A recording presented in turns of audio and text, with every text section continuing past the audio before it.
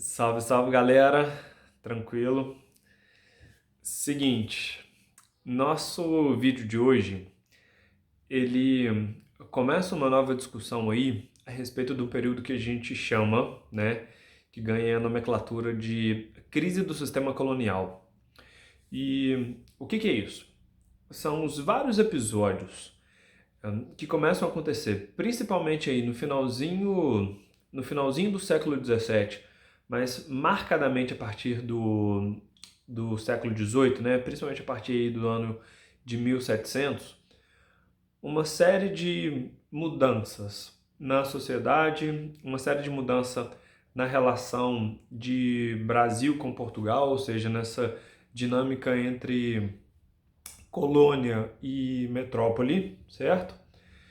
E dentro desses vários episódios, o que a gente começa a observar agora é que a partir, de novo, principalmente do século XVIII, começa a existir aí uma série de questionamentos, né, uma série de insatisfações sobre essa relação de dominação, sobre essa relação de falta de atenção, sobre o grau de exploração de Portugal em relação ao povo brasileiro, pensando nessa dinâmica, né, de que a função de uma colônia é gerar riqueza para sua metrópole, e Portugal leva isso muito a sério, né, tanto na parte de arrecadação de taxas do ouro para levar isso embora, quanto da cobrança de altos impostos para sustentar toda a corte, toda a dinâmica metropolitana, quanto à criação de empresas com monopólio de compra e venda de produtos aqui no Brasil para gerar um aumento de lucro para eles, uma vez que o Brasil ficava impossibilitado de cobrar e de comprar produtos de outras nações, né? E dentro desse quadro de crise colonial, o que a gente vê é uma insatisfação que vai se tornando cada vez mais presente, são episódios que vão ficando cada vez mais comum nessa história, e eles culminam, né, o final disso tudo vai ser com o processo de independência do Brasil lá no século XIX, já com o Dom Pedro I. Só que até isso acontecer, o Brasil ele vai passar por uma série de etapas até conseguir a sua efetiva separação e autonomia em relação a Portugal. Pois bem, dito isso, o primeiro aspecto é o seguinte: nós chamamos inicialmente esses primeiros episódios, essas primeiras revoltas, de revoltas nativistas. E o que são as revoltas nativistas? São episódios que demonstram essa insatisfação dos colonos, né, da população que vive no Brasil com as políticas metropolitanas. E dentro desse quadro de revolta nativista, cada uma, porque são 4, cada uma delas possui um estopim, possui uma causa própria, possui uma questão particular, mas ao mesmo tempo a gente consegue identificar todos esses manifestos, né, todas essas demandas, como tendo uma mesma origem, que é essa relação da exploração do pacto colonial. Então, o que tem em comum entre os 4 episódios? Entre a revolta dos Beckmans, entre a Guerra dos Emboabas, entre a Guerra dos Mascates e a revolta de Vila Rica, ou revolta de Filipe dos Santos, né?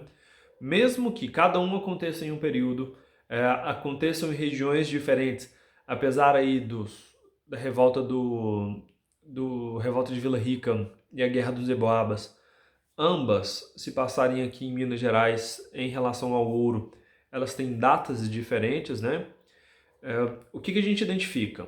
Que são episódios que estão demonstrando, que têm apresentado um início de um questionamento do povo brasileiro não aceitar ou não estar satisfeito com o jeito que tem sido tratado, com a exploração desenvolvida por Portugal, e apresentam essas demandas, né? Essas revoltas, elas são isso, esses episódios são esses questionamentos. Lembrando que cada um tem o seu motivo, e dentro dessa relação do nativismo, o que eu preciso que isso fique claro, né? Não só essa situação do que é a causa de cada uma delas, mas que a gente ainda não está falando de um movimento que tenha um cunho separatista. Isso acontece na próxima etapa, que é a próxima discussão, que são as revoltas, tanto da Inconfidência Mineira quanto a Conjuração Baiana e Revolução Pernambucana. Ou seja, são aí episódios que já propõem, já tem um amadurecimento político, já tem um projeto de romper. Para esses 4 da nossa aula de hoje, eles ainda não possuem isso, né? Mas só deles aparecerem, e é isso que eu quero que vocês entendam, só disso existir já demonstra que essa relação ela não está mais acontecendo de forma unilateral, ou seja, aquele projeto de que Portugal mandaria, de que Portugal iria impor as suas questões e o povo brasileiro deveria aceitar, ela já começa a ser questionada, certo? O primeiro desses episódios é a revolta dos irmãos Beckmans, que acontece no Maranhão. O causador desse episódio é a criação de uma companhia de comércio portuguesa que vai monopolizar toda essa atividade de compra e venda de produto, além de ter a obrigação de fornecer mão de obra escrava para os maranhenses. O primeiro ponto é que essa companhia não dá conta de colocar escravos a preço acessível, ou seja, os preços chegam altíssimos, o que interfere na produção, né? O que essa grande elite do Maranhão, que dependia do trabalho escravo, se sente extremamente prejudicada. E o outro ponto que passa a ser assim, de fato o estopim, né? Porque quando Portugal falha, quando a companhia falha no sentido de abastecer com escravos, os maranhenses eles passam a recorrer à captura de indígenas, o que gera aí um novo conflito com Portugal. Mas a grande causa, o grande problema desses revoltosos vai acontecer sobretudo sobre o monopólio dos preços, né? Uma vez que a companhia de comércio ela controla não só o que é vendido, mas ela controla os preços pagos aos produtos dos maranhenses. Então, tudo que a companhia vende, ela aumenta muito o preço, já que não existe concorrência, e da mesma forma, ela paga um valor muito barato, né? Ela paga um valor muito baixo sobre tudo que o Maranhão produz. Por quê? Porque os maranhenses não têm outra opção de venda. Ou aceitam vender por um preço irrisório, ou então perdem tudo que plantaram, perdem tudo que produziram, por conta dessa prática monopolista. Atacam a sede da companhia como protesto, como reivindicação para não só, né, abrir espaços para outras companhias, mas para desejar um preço mais justo. E a resposta de Portugal é com violência, né?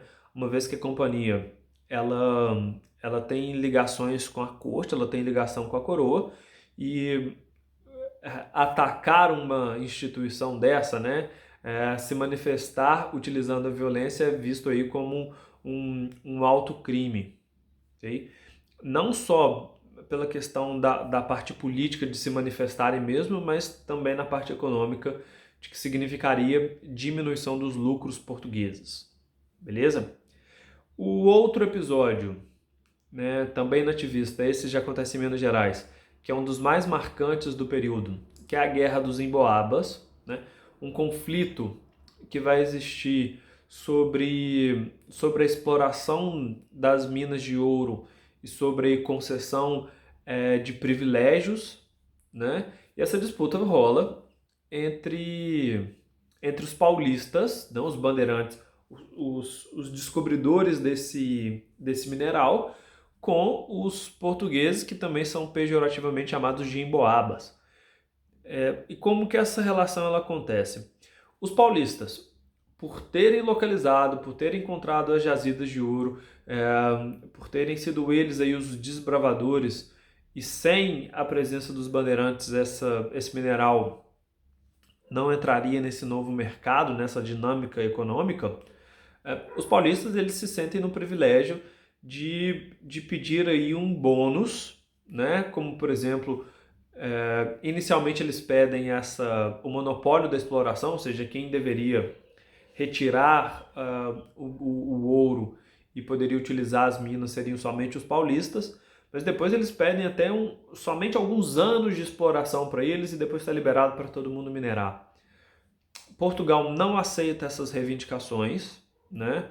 O conflito entre portugueses e bandeirantes ele passa para um nível de violência, de guerra entre os dois grupos, disputando essas jazidas, e no final das contas vai ser necessário a interferência de Portugal para resolver essas questões, para intermediar essas questões. No caso da entrada da coroa, a política ela vai tender para o lado dos portugueses. Por quê?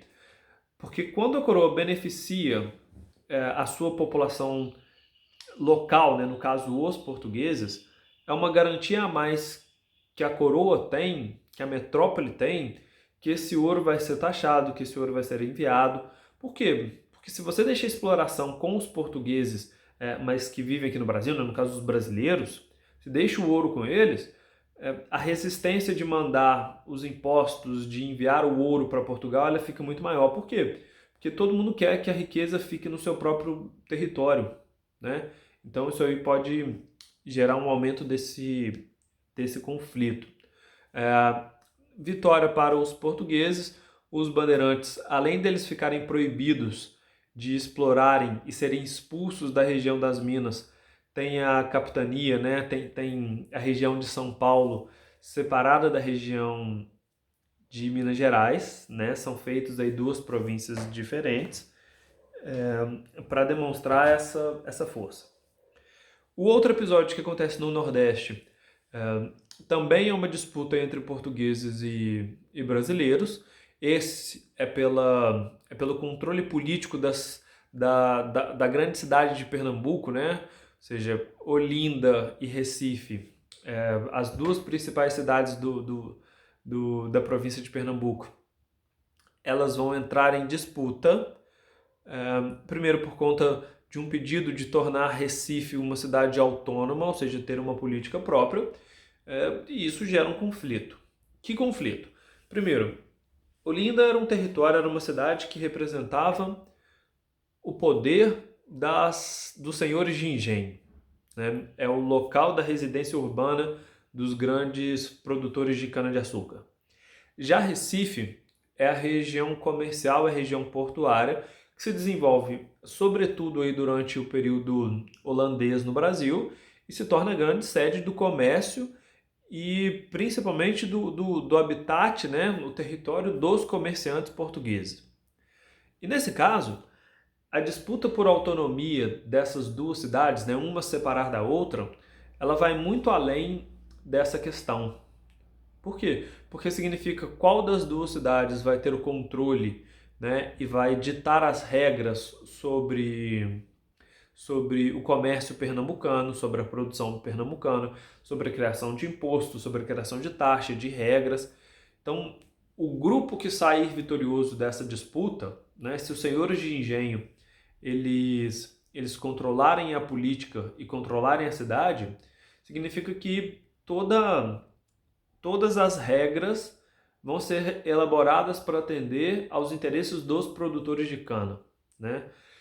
Já uma cidade controlada pelos portugueses e relativa ao comércio, ela faz novas taxas, ela faz novas cobranças e colocações que favorecem aos comerciantes portugueses. De novo, guerra entre esses dois grupos, né?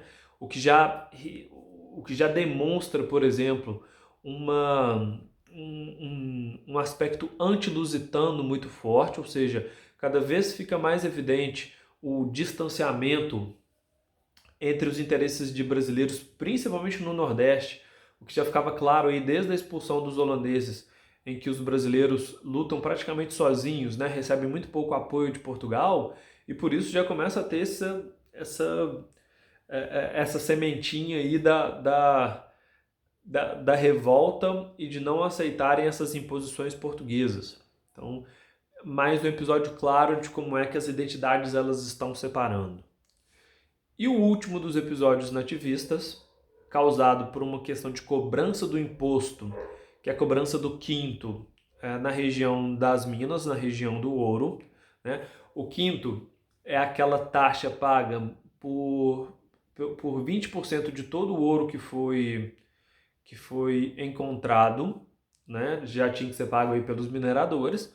E o argumento desses grandes exploradores é que, na verdade, eles já pagam imposto demais, né? Já pagam imposto sobre a utilização da mina, já pagam imposto sobre a cabeça do escravo, já pagam a cota anual de cobrança de imposto e ainda por cima ter que entregar esses 20% e a proibição da circulação do ouro em pó, né, que era a forma mais fácil de utilização desse ouro como dinheiro, o ouro em pó, a partir do momento que esse minerador ele precisa entregar esse ouro nas casas de fundição, ele precisa processar esse ouro e ele é cobrado por isso, ele já acha isso aí um grande absurdo. Tamanho são as taxas cobradas por Portugal e a injustiça que é essa situação, né? Então, atacam a casa de fundição, grandes mineradores, a gente está falando de uma elite econômica envolvida, né? Apesar de contar também com a participação popular de pequenos e médios proprietários, ela tem aí uma adesão bastante significativa.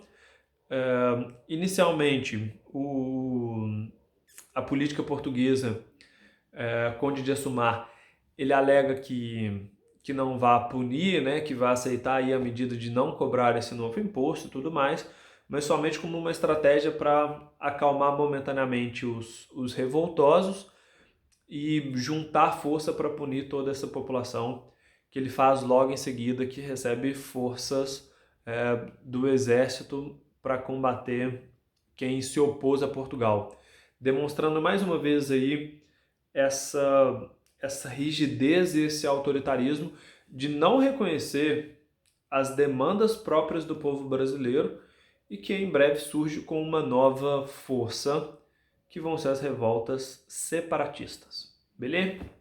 Valeu e até!